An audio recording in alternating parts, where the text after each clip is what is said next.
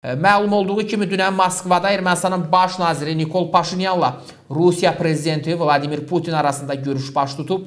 Görüş zamanı Ermənistanın baş naziri bir sıra açıqlamalarıyla diqqət çəkib. Belə ki, Vladimir Putin Ermənistanda daxili siyasi proseslərin iştirakçılarının bəzilərinin Rusiya pasportuna sahib olmalarına baxmayaraq cəza çəkmə müəssisələrində olmalarına dair fikirlər səsləndirib.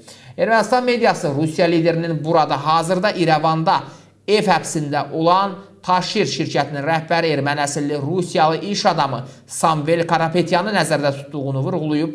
Paşinyan isə Rusiya liderinin bu açıqlamasına cavab olaraq Ermənistan həbsxanalarında siyasi məhbusların olmadığını deyib. O həmçinin ölkəsində sosial şəbəkələrin tamamilə azad olduğunu və heç bir məhdudiyyətlərin olmadığını da bildirib. Eyni zamanda Ermənistanın baş naziri iyunun 7-sində ölkədə keçiriləcək parlament seçkiləri məsələsinə də toxunaraq həmin seçkilərdə yalnız Ermənistan pasportuna sahib şəxslərin iştirak edə biləcəyini vurğulayıb. Ermənistan konstitusiyasına əsasən Rusiya pasportuna sahib şəxslər nə deputatlığa, nə də baş nazir postuna namizəd ola bilərlər.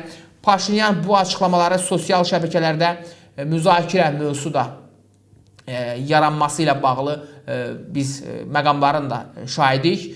Çünki o Kreml tərəfinin səsləndirdiyi seçkilərin bu cür şəkildə keçirin, belə bir yanaşmadan istifadə edin və s. təkliflərini geri çevirib. Xatırladaq ki, Karapetyan güclü Ermənistan partiyasından olan ölkənin baş nazir vəzifəsinə namizəddir və Rusiyanın təşkilatlandırmağa çalışdığı, idarə edə biləcəyi və bir növ Ermənistanda hakimiyyətə gətirmək istədiyi əsas fiqurlardan və simalardan biri kimi çıxış etməkdədir. Təkcə